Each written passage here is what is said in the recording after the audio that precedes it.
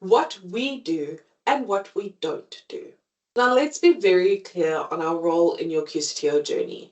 We offer consultation and guidance, templates and support documents, and expert help to ensure your documents are QCTO ready. But what we do not do is submit the documents on your behalf, correspond with QCTO on your behalf after submission, or guarantee accreditation, as that rests with QCTO's evaluation.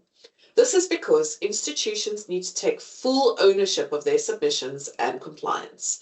It's also the best way to ensure long-term success. We charge a consultation fee based on the scope of your needs, whether it's learning material development, internal policy reviews, or just general guidance. So get in touch with us at Training Portal to discuss your specific needs and receive a customized quote. And that's it.